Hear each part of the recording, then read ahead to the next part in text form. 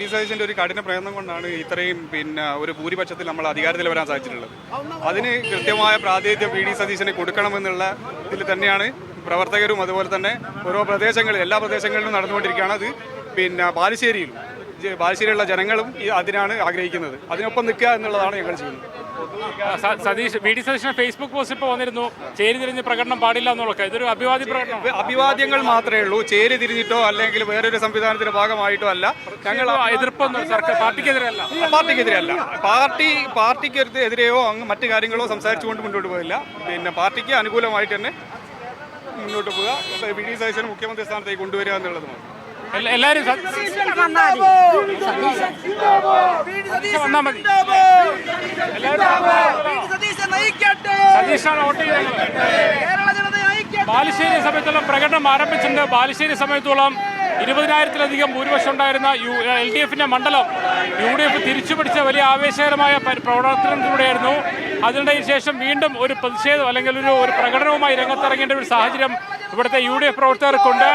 എന്തായാലും പടനയിച്ചോട് തന്നെ നാട് നയിക്കട്ടെ എന്ന് പറഞ്ഞുകൊണ്ട് ഡി സതീശൻ നയിക്കട്ടെ എന്ന മുദ്രാവാക്യങ്ങൾ വിളിച്ചുകൊണ്ടാണ് ഇവിടെ പ്രകടനവുമായി രംഗത്തെത്തിയിരിക്കുന്നത്. കേരളത്തിലെ ജനങ്ങൾ ആഗ്രഹിക്കുന്നത് ഡി സതീശൻ മുഖ്യമന്ത്രിയായി വരണം എന്നുള്ളതാണ്.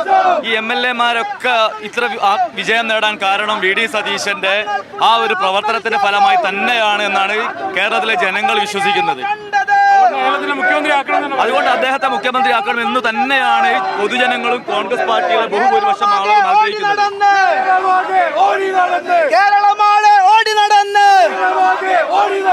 നിലപാടുകൾ വ്യക്തമാക്കി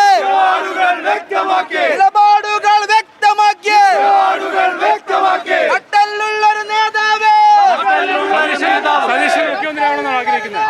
തീർച്ചയായും അങ്ങനെ ഉണ്ടല്ലോ. കേരള ജനതയുടെ ഒരു ആഗ്രഹമുണ്ട്, അത് നടപ്പാവുക എന്നുള്ളതാണ്.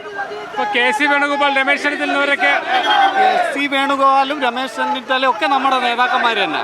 പക്ഷേ ജനങ്ങൾ ഡി സതീശന് അനുകൂലമായിട്ടാണ് ഇപ്പോൾ ഇവിടെ 102 സീറ്റാ. അദ്ദേഹം പറഞ്ഞ എല്ലാ സംഗതികളും നടപ്പായിട്ടുണ്ടല്ലോ.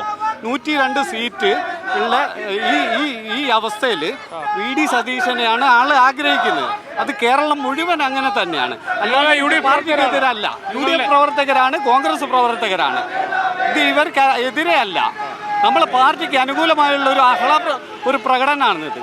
ഓക്കെ, തീർച്ചയായും കോൺഗ്രസ് പ്രവർത്തകരും UDF പ്രവർത്തകരും തന്നെയാണ് ഈ പ്രകടനത്തിലുള്ളത്. അതേസമയം തന്നെ അവർ ഡി സതീശന് അനുകൂലമായ മുദ്രാവാക്യങ്ങളുമായിട്ടാണ് മുന്നോട്ട് പോകുന്നത്.